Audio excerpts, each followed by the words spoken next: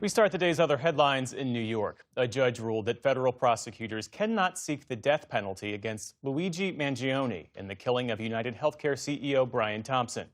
U.S. District Judge Margaret Garnett dismissed murder and weapons charges that carried the death penalty. She said they were legally incompatible with separate stalking charges. We're all very relieved. Outside the courthouse, Mangione's lawyers welcomed today's decision. Prosecutors have 30 days to appeal.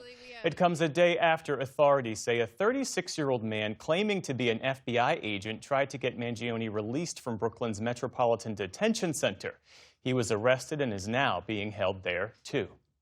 The U.S. Senate moved to pass a spending package this evening that would fund many federal agencies through the end of the fiscal year.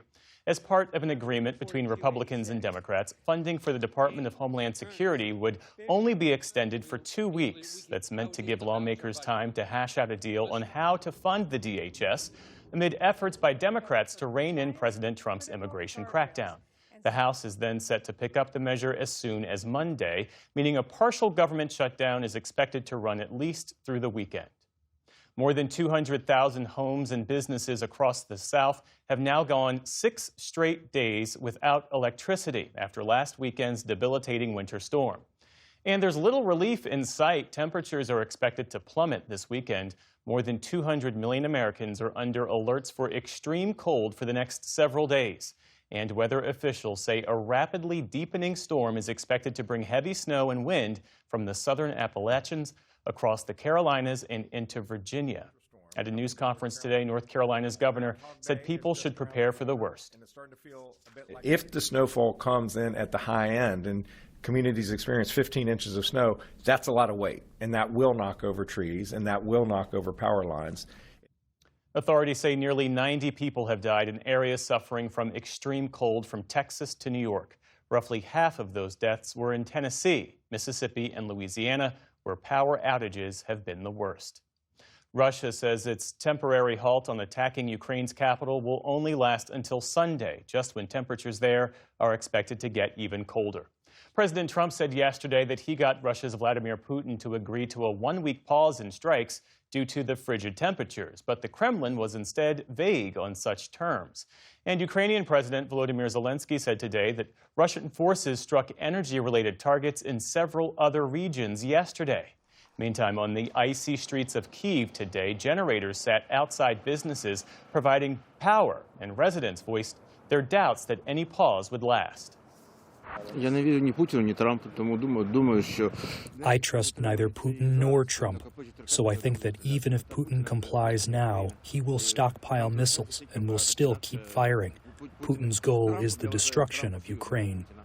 Ukraine has often accused Moscow of weaponizing winter by intentionally knocking out power and heat as temperatures plummet.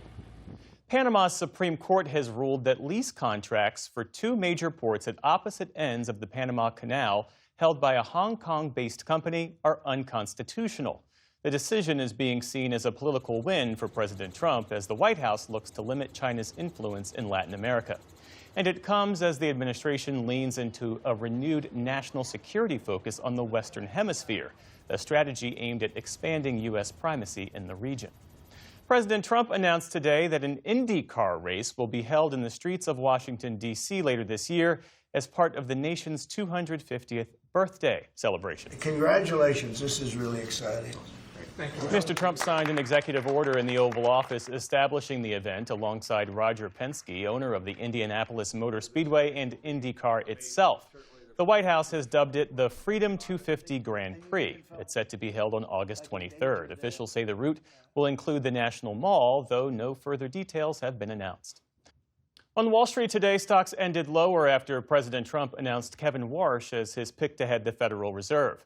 The Dow Jones Industrial Average lost nearly 180 points on the day. The Nasdaq fell more than 220 points. The S&P 500 also ended the week in negative territory. Support journalism you trust. Support PBS News. Donate now, or even better, start a monthly contribution today.